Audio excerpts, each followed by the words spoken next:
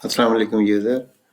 ये हमारी web development series की तीसरी वीडियो है। लास्ट वीडियो में हमने एक वेब पेज डिज़ाइन किया था नोटपैड के थ्रू, और दूसरा एडिटर हमने कहा था कि हम विजुअल स्टूडियो कोड करेंगे। तो आज सबसे पहले हम विजुअल स्टूडियो कोड को जो है डाउनलोड करते हैं और उसे इंस्टॉल करते हैं। ये हमारी वेबसाइट है जहाँ से हमने कोड को डाउनलोड करना है।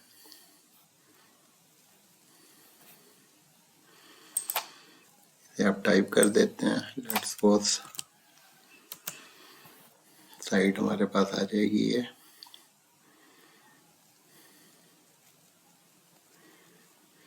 और यहाँ से हमने डाउनलोड जो है वो का बटन दबा के इसको डाउनलोड कर लेना है। ये डाउनलोड होने के बाद हमारे इस डाउनलोड वाले हिस्से में आ जाएगी इस नाम से, या जो भी उस वक्त का लेटेस्ट वर्जन होगा। इसके ऊपर हम डबल क्लिक करेंगे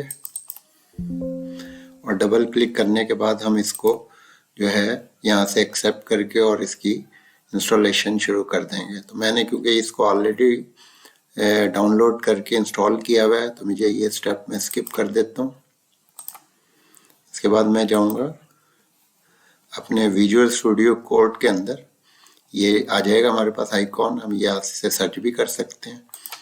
ये करेंगे हम तो ये हमारे सामने विजुअल स्टूडियो कोड का जो है मेन आ जाएगा। और इसके अंदर हमने जो है, अगर लेट्स सपोज हमने बिल्कुल ब्लैंक करना है तो हम इसे क्लोज कर देते हैं।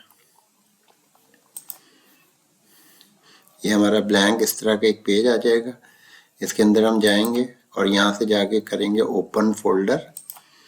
ओपन फोल्डर में जो है वो हमारे पास सी में हमने फोल्डर बनाया था लास्ट जो हमारी वीडियो 1 थी इसी सीरीज की, उसमें हमने माई वेब वर्किंग फोल्डर बनाया था। हम उसे सिलेक्ट कर लेते हैं। तो खोलेंगे तो हमारी लास्ट जो पेज हमने बनाया था उसका स्केलेटन हमारे पास आ जाता है। अब हमने विजुअल स्टूडियो कोड को इंस्टॉल करने के बाद हम आते हैं हमारी लास्ट जो हमने पिछली सीरीज में बताया था कि HTML एलिमेंट्स को हम डिफाइन करेंगे। अब हम इसके बेसिक जितने भी एलिमेंट्स हैं उनको one by one by example run करेंगे और उसके कुछ फीचर्स को हम डिफाइन करेंगे। तो बेसिक HTML का जो स्ट्रक्चर था वो हमने आपको ऑलरेडी बता दिया था कि वो एक HTML टैग, एक बॉडी टैग जिसके अंदर सारा वेब पेज होता है, और एक हेडर टैग होता है जिसके ऊपर हमारा टाइटल और हम बहुत सारे फीचर्स जो आज हैं यूज़ करेंगे इसके अंदर।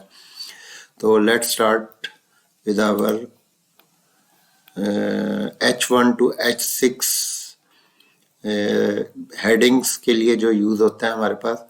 ये basically HTML can use 6 different levels of heading elements, और ये हाईएस्ट से लोवेस्ट की तरफ होते हैं, यानी H1 से H6 तक। तो ये वाले तो हम ऑलरेडी क्योंकि पहले स्केलेटन में कर चुके हैं तो यहाँ से हम इसको स्टार्ट करते हैं। तो हमारे पास ये विजुअल स्टूडियो ये ब्लैंक टेम्पलेट पड़ा हुआ है। हम इधर से जो है ना अपना पहला ये उठाते हैं कोड, क्योंकि इसे राइट करने में क्योंकि बहुत टाइम लगेगा तो इसलिए मैंने इसकी कॉपी बना के यहाँ रख ली है। अब हम इसके अंदर जाते हैं और इसे यहाँ पेस्ट कर देते हैं। अब ये हेडिंग जो है हमारी ये H2 एक हमने एक हेडिंग रखी हुई है लेट्स सपोज। इसके अंदर ये वाला हमने बताया था कि आपको कि HTML एलिमेंट जो होते हैं उसके एट्रीब्यूट्स होते हैं जो मज़ीद उसकी इंफॉर्मेशन के बारे में होते हैं। अब जैसे मैंने इसमें यहाँ अलाइन को कहा हुआ है कि ये सेंटर अलाइन हो जाए, तो ये बेसिक HTML जो है ये सेंटर में लिखा हुआ आएगा, और ये बाकी हेडिंग्स जो हैं इसको जब हम इसको रन करेंगे तो हम देखेंगे कि ये किस तरह। यहाँ से हमने इसको सेव कर लिया। फिर हम अपनी सी में जाते हैं जहाँ पे हमारा फोल्डर बना हुआ है। उसके अंदर जाके हम ये फोल्डर पे जाके ये हमारा इंडेक्स पेज है, इसे हम जो है ना डबल क्लिक करके रन करते हैं। तो आप देखें कि ये एक तो अलाइन सेंटर होने की वजह से जो है ये बीच में आ गया, सेंटर हो गया, और बाकी H1 है ये H2 H3 ये साइज के हिसाब से अगर आप देखेंगे तो ये पहला वाला जो है ज़्यादा बड़ा है। इसी तरह ये टॉप से लेफ्ट नीचे की तरफ डाउन की तरफ जो है ना आपका ये साइज कम होता चला जाएगा। तो ये हेडिंग्स डिफरेंट किस्म की हेडिंग्स के लिए हमें ये वाला टैग हम यूज़ करते हैं। इसके बाद हमने ये देखा है कि ये हमारा कमेंट सेक्शन है। तो अगर हमने इस वाले सारे पोर्शन को कमेंट करना है ताकि ये हमें ब्राउज़र ना दिखाए, तो हम क्या करते हैं कि यहाँ पे ये कमेंट वाला टैग जो है ना यूज़ कर लेते हैं।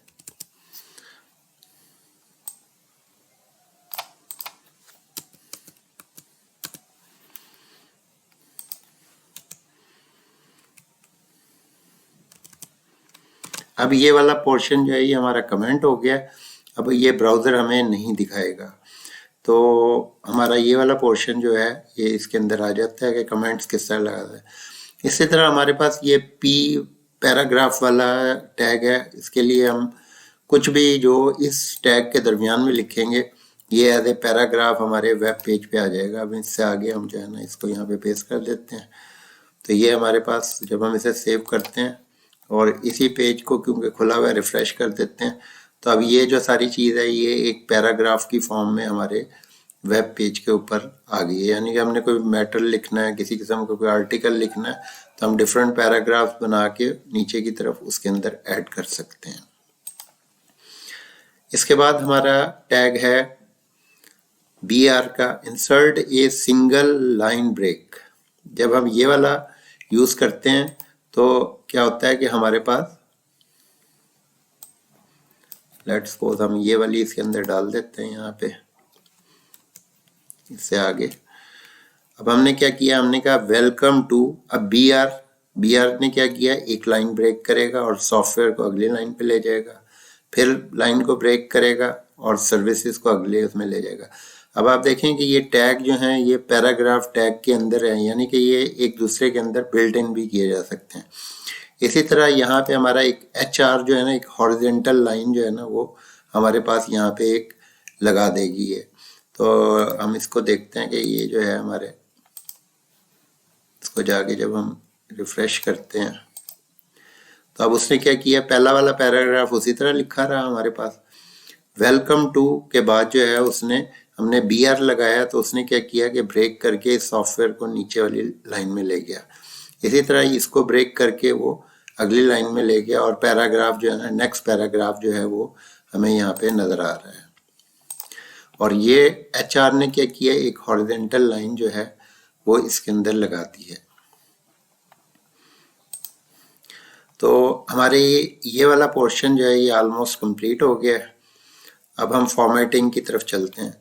फॉर्मेटिंग, आपने टेक्स्ट को डिफरेंट तरीके से जो है वो शो करना है, तो उसके लिए हमारे पास फॉर्मेटिंग के टैग हैं। तो ये बोल्ड के लिए टैग है, इसी तरह इटैलिक के लिए होता है, स्मॉल जो है वो स्ट्रॉन्ग किसी चीज़ को इम्पोर्टेंट डिफाइन करने के लिए होता है। तो इनको हम 1 बाय 1 करते हैं।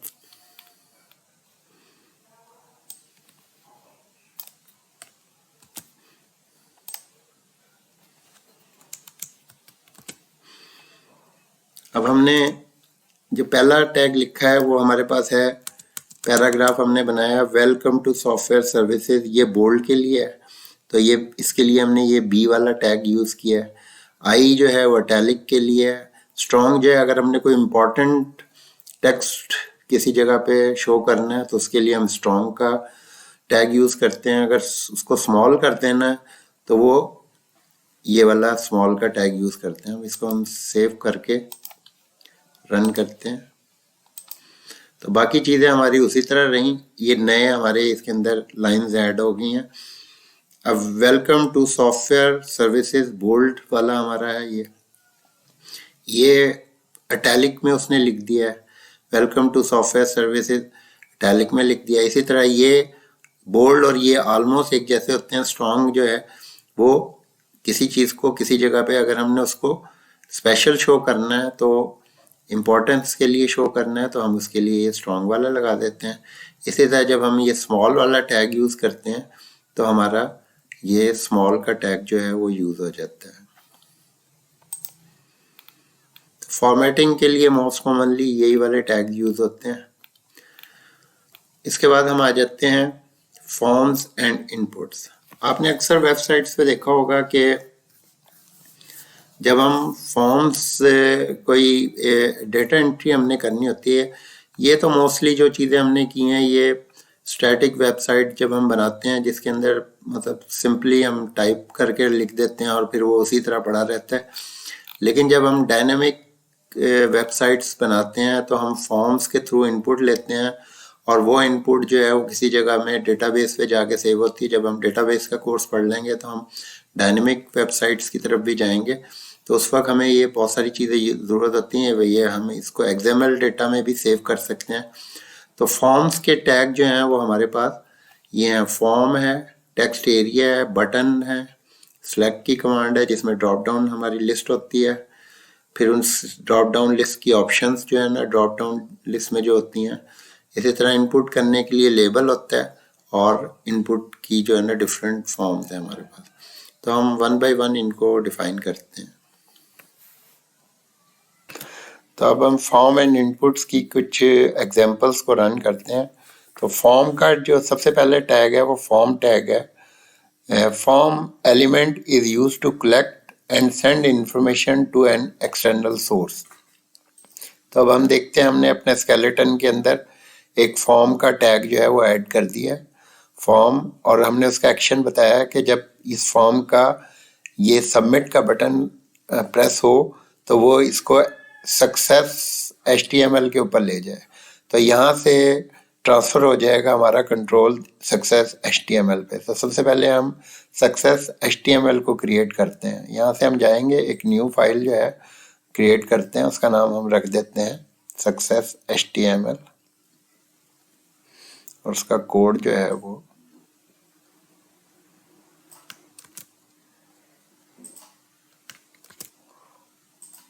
ये सक्सेस HTML एक ब्लैंक पेज आ गया हमारे पास। फिर इसके बाद हम इसका ये वाला कोड उठा के यहाँ पे कॉपी कर देते हैं।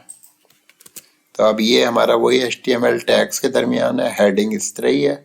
बॉडी के अंदर जो है हमने एक बटन लगाया, इसको हम फिर बाद में डिफाइन करते हैं। तो सबसे पहले हम अपने एक्चुअल साइट पे जाते हैं। अब हमने एक नई सक्सेस HTML फाइल क्रिएट कर ली है और हमने इस फॉर्म के एक्शन में कहा है कि जब हम सबमिट करें इस फॉर्म को तो ये कंट्रोल जो है ये सक्सेस HTML पे चला जाए। इसके बाद हमारे पास टैग्स में जो है वो लेबल और इनपुट की दो इम्पोर्टेंट जो चीज़ें हैं। लेबल जो है वो ये है कि आपने जब कोई एंट्री लेनी होती है तो उससे पहले कोई डेफिनेशन दी हुई होती है कि enter the name of user, enter the password, तो ये लेबल कहलाता है। और जिस कंट्रोल के अंदर हमने एंट्री करनी होती है वो इनपुट का टैग होता है। तो अगर हम इसमें देखें तो हमारे पास ये लेबल है। लेबल में हमारे पास क्या है कि लेबल जो है वो हमने फॉर किसके लिए किया है, फॉर हमने किया है इनपुट के लिए जो जिसकी आईडी ये है। ये भी हम आईडी और नेम को डिफाइन करते हैं, इनमें क्या फ़र्क है। तो लेबल के अंदर क्या करते हैं, हम एक उसका बता देते हैं कि ये लेबल किसके लिए यूज़ हो रहा है और इसके दरमियान में हम उसकी एंट्री का नाम दे देते हैं और लेबल का टैग एंड कर देते हैं। इसके बाद हमारे पास दूसरा जो टैग है वो इनपुट टैग है। अब इनपुट जो है उसकी हमारे पास बहुत सारी डिफरेंट टाइप की इनपुट्स हम कर सकते हैं। तो हमारे पास जो इनपुट टाइप्स हैं उनमें हमारे पास टेक्स्ट बॉक्स है, अगर हमने कोई टेक्स्ट एंटर करना है। नंबर अगर हमने कोई एंटर करने हैं तो उसके लिए हमारे पास नंबर का टाइप है। डेट देनी है तो उसके लिए डेट का टाइप है। पासवर्ड में आपने देखा होगा स्टैटिक्स आपको सिंपल जो है ना वो ब्लैंक नज़र आ रहे होते हैं, वो पासवर्ड जब हमने देना हो ताकि वो स्क्रीन पे शो ना हो। बटन्स के लिए हमारे पास जो है ना टाइप बटन है और रीसेट है और सबमिट का बटन जो होता है। इसी तरह हमारे पास दूसरी तरह के जो हैं वो चेक बॉक्स होते हैं, आपने देखा होगा मल्टीपल ऑप्शंस जहाँ दी हुई होती हैं। रेडियो बॉक्स होता है गोल सा। इसी तरह हमारे पास ईमेल का है तो वो फिर ईमेल का फॉर्मेट जो होता है उसको वैलिडेट करेगा, जब तक वो नहीं लिखा हुआ होगा वो उसको नहीं मानेगा। इसी तरह बाज़ दफ़ा हमने कोई हिडन डेटा ट्रांसफ़र करना होता है किसी दूसरी फॉर्म को, तो फिर हम क्या करते हैं उसका हिडन कर देते हैं। तो हम इन सब को वन बाय वन जो है ना डिस्कस करते हैं अपने प्रोग्राम में। तो यहाँ पे सबसे पहली टाइप जो है वो हमारी टेक्स्ट टाइप है। अब इसके अंदर दो चीज़ें हैं, एक आईडी है जो कि आप कोई भी नाम रख सकते हैं और एक नेम है। जो आप कोई भी नाम रख सकते हैं। लेकिन नेम वाली फील्ड अगर हम नहीं देंगे तो डेटा आगे ट्रांसफ़र नहीं होगा, इसलिए हमें नेम की ये फील्ड जो है वो लाजमी यूज़ करनी पड़ती है। फिर हम उसकी वैल्यू कहते हैं कि इसकी वैल्यू फ़र्ज़ किया कि इनिशियल वैल्यू जो है इसकी SS है। जब हम इस फॉर्म को रन करेंगे तो इस टेक्स्ट इनपुट के अंदर SS लिखा हुआ आ जाएगा, और ये एक हमने हॉरिजेंटल लाइन लगा दी और ये हमने कहा है कि जी अगली लाइन पे चला जाए। तो ये अब हम इसको रन करके पहले देखते हैं कि इसमें क्या होता है। अब हमने क्योंकि उसमें से सारा कुछ जो है वो ख़त्म करके सिर्फ फॉर्म वाला पोर्शन रखा है, तो जब हम इसको रिफ़्रेश करेंगे तो अब इसके अंदर कुछ भी नहीं आएगा। अब आप ये देखें कि यूज़र नेम ये आ गया और ये बटन आ गया हमारे पास सबमिट का। सबमिट जब हम इसे करेंगे तो ये किधर लेके जाएगा हमें, हमने बताया था कि जब हम इसको सबमिट करें तो ये सक्सेस HTML पे ले जाए। सक्सेस HTML पे हमने क्या लिखा हुआ है, हमने सक्सेस HTML भी एक HTML फाइल बनाई हुई है, उसमें क्या है we are on our success page, और उसके बाद हमने बटन, ये बटन जो है उसका एक क्लिक इवेंट लिखा हुआ है। इसकी हम डिटेल जावा स्क्रिप्टिंग में करेंगे, ये इसको अभी यहाँ डिटेल इतनी बताएंगे। हमने सिर्फ उस फाइल की लोकेशन बता दी है कि वो कहाँ पे है, वो वहाँ पे वापस हमें बैक करके ले जाएगा। आगे हमने गो बैक कर दिया। हम सबसे पहले इधर आते हैं, जब हमने रन किया हुआ है, जब हम इसको सबमिट करते हैं तो ये हमें कहाँ ले जाता है, we are on our success page, जो कि हमने इधर लिखा हुआ था ये उधर हमें ले गया। और उसके बाद जब हमने यहाँ से गो बैक का बटन दबाया तो वो फिर वापस हमें पिछले वाले पेज पे ले आया। हमने यहाँ पे इसके अगेंस्ट ये कोड जो है एक लिखा हुआ है, स्क्रिप्टिंग कोड जो है ना सिंपल, तो इसने हमें वापस जो है ना उसी जगह पे पहुँचा दिया। अगर आप गौर करें तो आपको नज़र आएगा कि टॉप पे जो है हमारी लिंक है ना, वो क्योंकि हम अपने पीसी से रन कर रहे हैं तो वो इस तरह लिखा हुआ आ रहा है, तो यही लिंक जो है वो आपको यहाँ नज़र आ रहा है। तो ये वापस क्या कर रहा है कि इसको वापस उस जगह पे लेके बैक कर रहा है। अब इसके बाद जो है अगर हम सबमिट का बटन दबाते हैं जब, तो आप देखते हैं कि यहाँ पे ऊपर की तरफ इस लिंक के अंदर यूज़र नेम के साथ उसने एक क्वेश्चन मार्क डाल के SS जो है ना पैरामीटर इसके अंदर डाल दिया है। अब अगर मैं यहाँ से ये नेम वाला जो हमारा था, मैं आपको बता रहा था कि ये नेम जो है अगर हम इसको हटा देते हैं, लेट्स सपोज नेम को जब हमने हटा के इसको रन किया तो ये हमारे पास आया, और जब सबमिट किया तो आप देखें क्वेश्चन मार्क के आगे उसने नेम के साथ यू नेम के साथ SS नहीं लिखा हुआ, यानी उस पैरामीटर को उसने पास नहीं किया। लेकिन जब हम इसके अंदर ये वाला डाल देते हैं यू नेम और इसको सेव कर लेते हैं, तो जब हम इसको दोबारा रन करते हैं तो हमारे पास क्या होगा कि यू नेम के साथ जो है वो पैरामीटर जो है वो पास अगले पेज पे पास हो जाएगा। इस तरह से हम पैरामीटर्स और इसके जो चीज़ें हैं हम इनको पास करते हैं। तो हमारे पास ये वाले जो कॉलम है नेम वाला, वो हमारी जब हम इस इनपुट टाइप के अंदर ये कोई भी हो, नंबर या एनीथिंग हो, उसके अंदर जब हम वो चीज़ देंगे तो वो उसे ट्रांसफ़र करेगा। इसी तरह ये आईडी जो है, ये जब हम जावा स्क्रिप्टिंग वगैरह करेंगे तो ये वहाँ पे यूज़ होगी। इस आईडी की एक वैल्यू है और वो फिर हम कॉल करके इससे मुख्तलिफ किस्म के फंक्शन जो है ना परफॉर्म कर सकते हैं। तो ये हमारा टेक्स्ट वाला जो एक इनपुट की जो हमने बताया था कि इसके डिफरेंट टाइप हैं। अब हम इसके मुख्तलिफ जो है ना वो इसके अंदर कॉपी करके यहाँ से आपको एक एक करके रन करके दिखाते हैं इनको।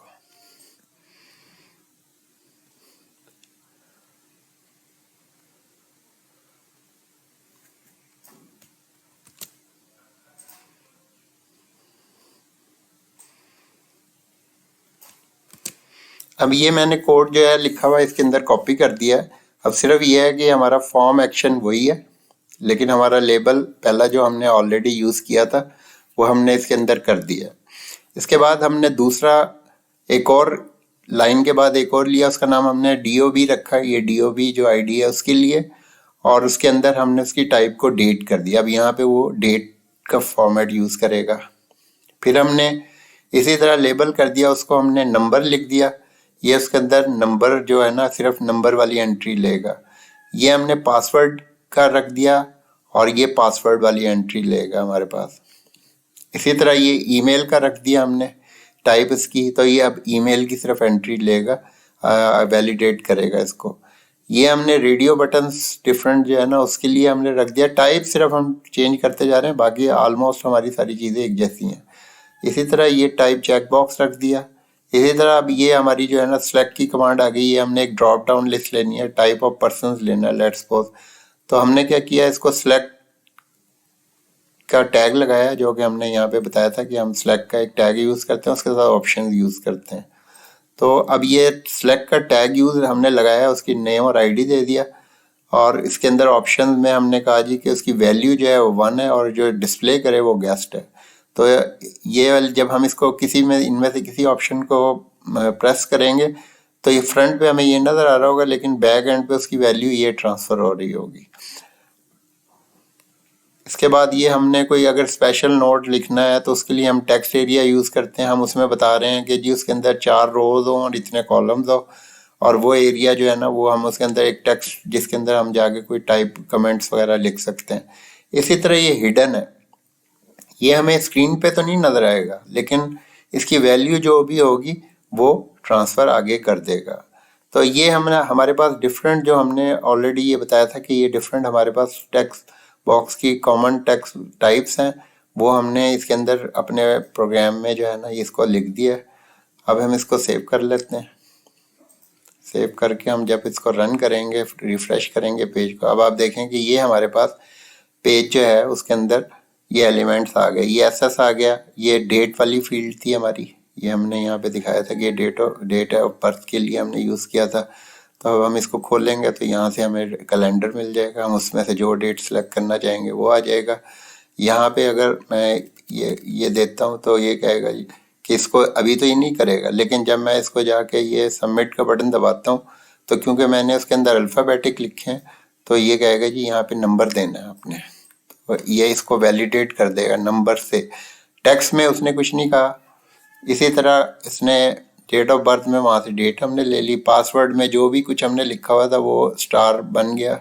अब मैं अगर मिसाल के तौर पे यहाँ से ये हटा देता हूँ, ये हमने ईमेल की फील्ड यूज़ की है, मैंने इसको जो है ये सबमिट किया तो ये कहेगा जी ये सही नहीं है आपका ईमेल एड्रेस जो है ना, इसको आप जो है ना वो सही करें। जब हम ये सही करेंगे तो ये ठीक आ जाएगा। इसी तरह ये हमारे पास जो है ये रेडियो बॉक्सेस हैं हमारे पास, तो इसमें हम क्या कर सकते हैं, ये मल्टीपल सिलेक्शन के लिए आपने देखा होगा कि सिलेक्शन हमने करनी होती है, इसको मल्टी भी सिलेक्ट कर सकते हैं, सिंगल वन सिलेक्शन भी कर सकते हैं। इसी तरह अगर इसमें से हमने चेक बॉक्स है तो हम ये चेक कर देते हैं तो ये वाली चीज़ जो है ये हमारी सिलेक्ट हो जाएगी। फिर नीचे हमने यहाँ पे सिलेक्ट की कमांड, ये जो सिलेक्ट यहाँ पे यूज़ किया था ये कि एक ड्रॉप डाउन लिस्ट बनाई थी वैल्यूज़ की, तो जब हम इधर आते हैं तो हमें ये ड्रॉप करते हैं तो ये हमें वैल्यूज़ की लिस्ट नज़र आ रही है इसके अंदर। इसमें से हम जो भी सिलेक्ट करेंगे वो हमारा सिलेक्ट हो जाएगा। और वेलकम टू सॉफ्टवेयर सर्विसेज, ये हमारे जो है ना 5 लाइनों का जो है 5 लाइंस का हमने कहा था इसकी रोज़ होनी चाहिए और 50 इसके अंदर ये इस तरह होने चाहिए। तो ये हमारे पास जो है ना ये आ गया, और ये एक हिडन था, हालांकि हमने इसको यहाँ पे नज़र लिखा हुआ है, इसके अगेंस्ट वैल्यू लिखी हुई है हिडन वैल्यू, लेकिन ये सब कुछ उसी तरह ही है, लेकिन क्योंकि उसकी टाइप हिडन है तो इसलिए वो जो है हमें यहाँ पे नज़र नहीं आ रहा, लेकिन उसकी हेडिंग लेबल हमें सिर्फ नज़र आ रहा है। जब हम इसको सबमिट करेंगे तो हमारे पास जो है वो आप देखेंगे कि ऊपर जो पैरामीटर लिस्ट है वो चेंज हो गई। अब उसके अंदर UUSS आ गई, डेट इस फॉर्मेट में आ गई, और एज आ गई हमारी, फिर हमारा पासवर्ड आ गया, फिर हमारी ईमेल आ गई। सारी चीज़ें जो हैं वो हमें हमारे पास जो हमने लिखी हुई थी वो सारी की सारी ऊपर आगे की तरफ हम चलते जाएंगे तो हमें नज़र आ जाएगा। और फाइनली आप देखेंगे कि जो हमारी हिडन वैल्यू थी HID वाली ID वाली, वो भी यहाँ पे इसके अंदर पास ऑन हो गई है, लेकिन हमें पेज पे नहीं नज़र आई। तो हमारा ये फॉर्म्स का जो है वो नॉर्मली हम यूज़ करते हैं जब हमने किसी डेटाबेस में से वैल्यू उठानी होती है एडिटिंग के लिए, या हमने कोई डेटा एंट्री करनी होती है। तो ये वाला जो है मोस्टली ज़्यादातर जो है वो जब हम डायनेमिक वेबसाइट डिज़ाइन करते हैं तो हमारा ये वाले सारे चीज़ें हमें यूज़ करनी पड़ती हैं, और उसके अंदर फिर हम जो है ना उसकी मदद से हम डेटा एंट्री फॉर्म्स और मुख्तलिफ़ किस्म की चीज़ें जो है ना वो डिज़ाइन करते हैं। अब हम अपने इनपुट वाली जो हमारा टैग है इसके कुछ एडिशनल जो एट्रीब्यूट्स हैं उनके बारे में बात करते हैं। अगर हमने इसको रीड ओनली बनाना है तो आप ये देखें कि हमारा एडिटर जो है वो खुद ब खुद ही उस एट्रीब्यूट को ला रहा है। रीड ओनली अगर हम यहाँ लिख देते हैं और इसको सेव कर देते हैं तो जब हम इसको रन करेंगे तो अब इसके अंदर हम कुछ लिख नहीं सकते क्योंकि ये रीड ओनली टाइप बन चुकी है। इसी तरह इसको हम हटा देते हैं और इधर हम रिक्वायर्ड लगा देते हैं। रिक्वायर्ड का मतलब है कि ये हर हालत में इसमें एंट्री चाहिए हमें। इसको हम सेव कर लेते हैं और जाके दोबारा रन करते हैं, इसमें से ये ख़त्म कर देते हैं। तो अब ये कहेगा कि इस फील्ड में हमें लाजमी कोई ना कोई एंट्री चाहिए है। जब हम एंट्री करेंगे तो वो हमें एक्सेप्ट करने देगा। इसी तरह अगर हम ये चाहते हैं कि इसकी मैक्सिमम लेंथ जो है वो हम डिफाइन कर दें, मिनिमम लेंथ मैक्सिमम लेंथ हम ये कह देते हैं जी कि 5 कैरेक्टर्स हैं। तो आप इसको जब हम सेव करके इसको रन करेंगे तो अगर मैं इससे इसके अंदर हमारा नेक्स्ट टैग है इमेज टैग। तो अगर हमने स्क्रीन के ऊपर कोई इमेज डिफाइन करना होता है तो उसके लिए हम इमेज टैग यूज़ करते हैं। अब इसका हमारे पास जो इसके अंदर हमने ऐड किया हुआ है कि इमेज, फिर उसकी हमने उसका नाम बता दिया। ये टाइप डिफरेंट हो सकती है, जेपीजी, पीएनजी, कोई सी भी टाइप हम इसके अंदर रख के कर सकते हैं। आगे इसके जो होता है हमारे पास ये हमने ALT टाइप इसकी और विड्थ और हाइट दी हुई है। ये तो उसके साइज के लिए। और ये हमारा अगर ये इमेज हमें उस लोकेशन पे नहीं मिलता जहाँ पे पड़ा हुआ है तो उस सूरत में हमें ये एनिमल इमेज के नाम से जो है ये शो करेगा। अगर हम इस पेज को रन करते हैं तो अब ये देखेंगे, अब उसने कहा जी कि एनिमल इमेज, क्योंकि हमारे इस वाले फोल्डर में जो हमारा पड़ा हुआ है ये इसके अंदर हमारे पास जो है ना कोई इमेज नहीं पड़ा हुआ, तो इसलिए उसने जो है वो हमें ये प्रॉब्लम किया है। तो अब हम ये करते हैं कि अपने इधर से जाके एक इमेज कॉपी करते हैं और इसको ला के हम इसके अंदर पेस्ट कर देते हैं। अब ये animal.jpeg जो है ना ये हमारे पास इस फोल्डर में पड़ा हुआ है जो हमारी वेबसाइट है। ये नॉर्मली हम इमेजेस का फोल्डर बनाते हैं, उसमें इमेजेस रखते हैं। अब जब हम इसको रन करेंगे तो क्या होगा कि वो लाइन का इमेज जो है वो हमें यहाँ पे नज़र आना शुरू हो जाएगा। तो इमेज का काम जो है वो हमारा डिस्प्ले करने का होता है। नेक्स्ट जो है वो हमारे पास है लिंक्स। अब ये हमारे पास एंकर लिंक है, हाइपर लिंक के लिए हम यूज़ करते हैं कि हमने किसी दूसरी लोकेशन पे इसको लेके जाना होता है तो इसके लिए हम यूज़ करते हैं इसको। तो हम इसे देखते हैं किस तरह इसका जो है हमारे पास।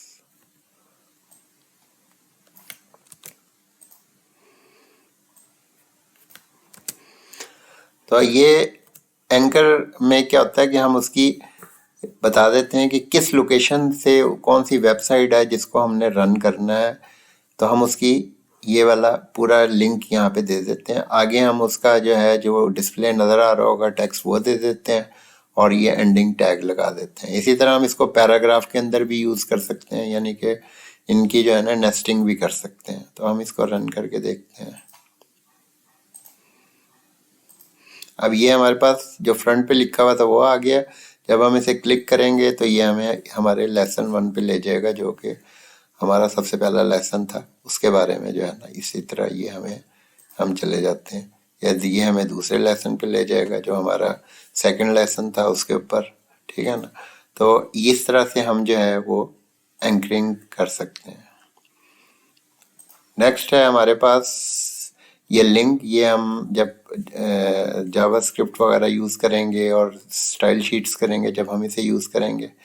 इसके बाद हमारे पास है नेविगेशनल लिंक्स जो होते हैं वो ये होते हैं हमारे पास कि हमने जब कोई वेबसाइट डिफाइन करनी होती है तो हमने नेविगेशन उसके अंदर करनी होती है। लेट्स सपोज मैं ये आपको इसका कोई छोटी एक एग्जांपल आपको बता देता हूँ। ये हमने नेविगेशन लिंक्स लिखे हुए हैं।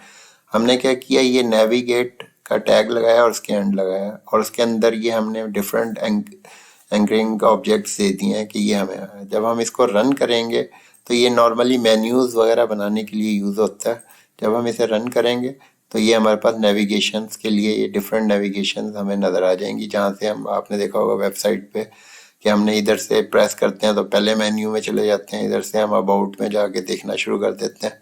तो इस तरह ये नेविगेशन जब हमने करनी होती है वेबसाइट पे तो इसके लिए हम ये यूज़ करते हैं। इसके बाद लिस्ट हमारे पास हैं, ये दो तरह की लिस्ट है हमारे पास। यूएल टैग के साथ जब हम डिफाइन करते हैं और एलआई टैग के साथ हम डिफाइन करते हैं, हम देखते हैं इनमें क्या फ़र्क है दोनों में।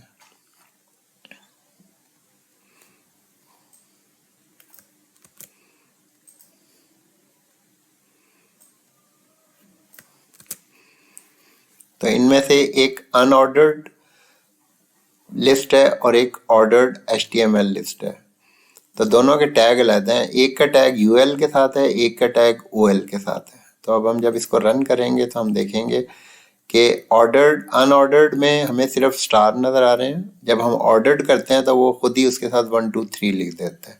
तो जब हमने मुख्तलिफ ऑप्शंस शो करनी होती हैं तो उसके लिए हम UL या OL जो है वो टैग्स यूज़ करते हैं। इसके बाद नेक्स्ट हमारा है टेबल्स का।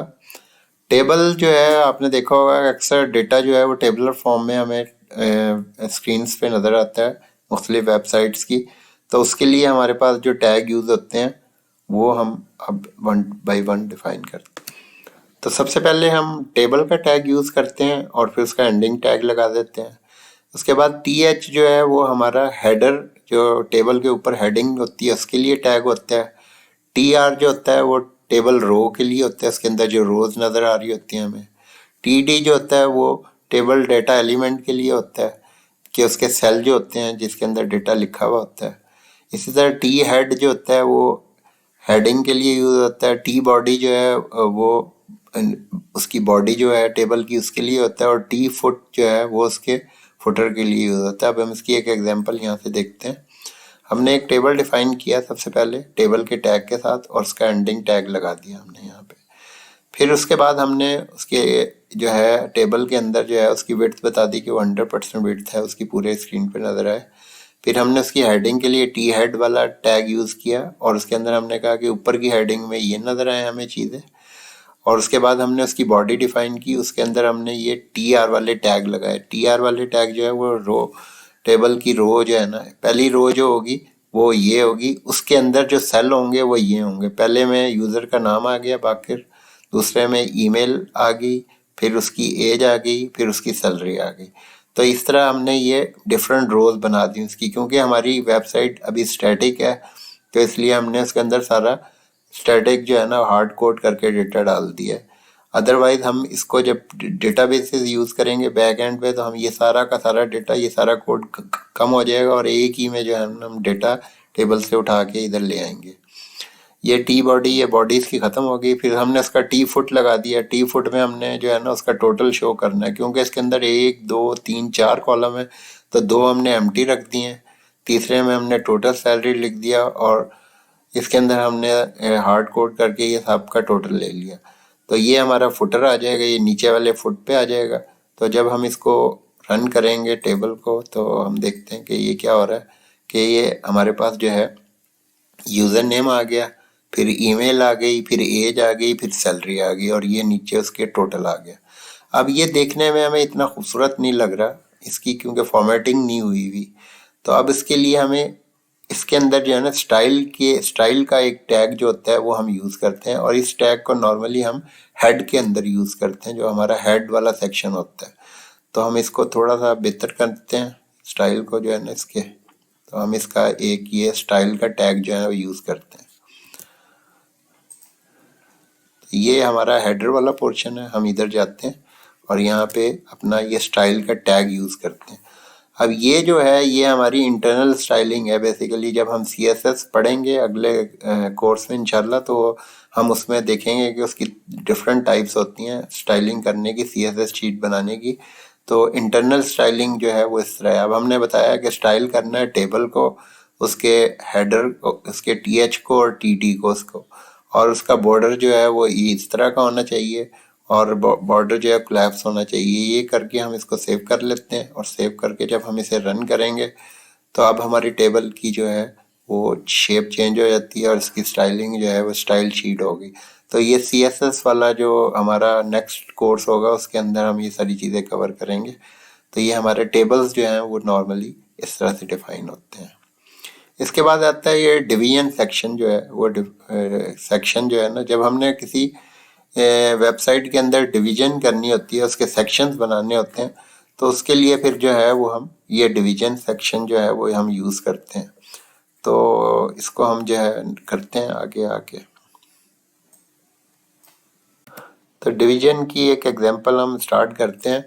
अब हमने अपने कोड को थोड़ा सा रिवाइज किया और उसके अंदर एक ये डिवीजन करके, अब इसके अंदर डिवीजन के अंदर हमने क्लास एक बनाई है जिसकी स्टाइलिंग हमने इस तरह की हुई है कि ये डॉट लगाया हुआ है। ये अभी आप CSS में पढ़ेंगे कि क्लास को किस तरह डिफाइन करते हैं और आईडी को किस तरह डिफाइन करते हैं।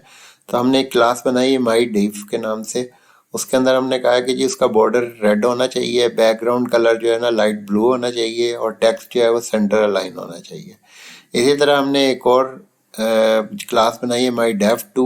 वो हम अगली डेव इसके अंदर जब ऐड करेंगे तो वहाँ यूज़ होगी। तो अब आप इसको देखें कि हमने ये स्टाइलिंग यहाँ पे यूज़ की है और टाइप इसका नाम है हमारा माई डेव। तो माई डेव जो है हमने क्लास यहाँ डिव के अंदर ये डिफाइन कर दी। तो अब क्या होगा कि इस डॉक्यूमेंट के अंदर इस वाले पोर्शन में एक डिवीजन जो है वो ऐड हो जाएगी हमारी। हम देखते हैं इसको रन करके। तो अब आप देखें कि जो हमने स्टाइलिंग की थी उसकी स्टाइलिंग के हिसाब से उसने उसका बॉर्डर बना दिया, इसको सेंटर कर दिया और ये एक सेक्शन जो है ना वो इसके अंदर डिफाइन कर दिया। अब हम इसी के अंदर जो है ना एक और सेक्शन ऐड करते हैं।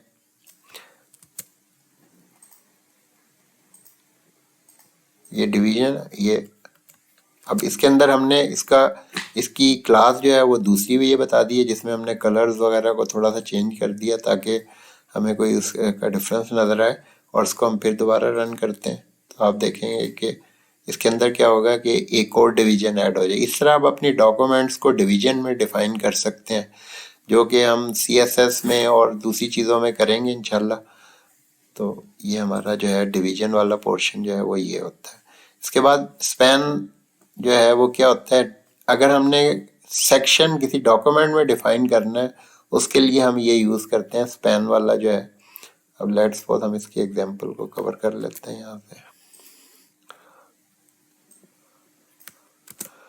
अब हमने ये लिखा है कि सॉफ्टवेयर सर्विसेज इज ए, इसके बाद हमने एक स्पैन लगाया और उसके कलर वगैरह डिफाइन कर दिया। अब ये एक सेक्शन जो है इसके अंदर हमने नया ऐड कर दिया। अब इस सेक्शन से क्या होगा कि उसका इतने हिस्से का कलर जो है वो चेंज हो जाएगा हमारे पास। Software service is an educational, ये देखें कलर चेंज हो गया और सर्विस इज चैनल। तो इस तरह से हम अपनी इंफॉर्मेशन को जो है ना वो कर सकते हैं। इसी तरह हम हेडर के में जो अभी आपने देखा कि हमने स्टाइलिंग वगैरह यूज़ की है, ये हम इन डिटेल करेंगे नेक्स्ट में। और जब हम जावा स्क्रिप्टिंग करेंगे तो हम स्क्रिप्ट का करेंगे। तो यूज़र्स आज का हमारा कोर्स यहीं पे इख्तिताम होता है। इंशाल्लाह नेक्स्ट कोर्स में हम फिर मिलेंगे। Please subscribe this channel. Thank you very much.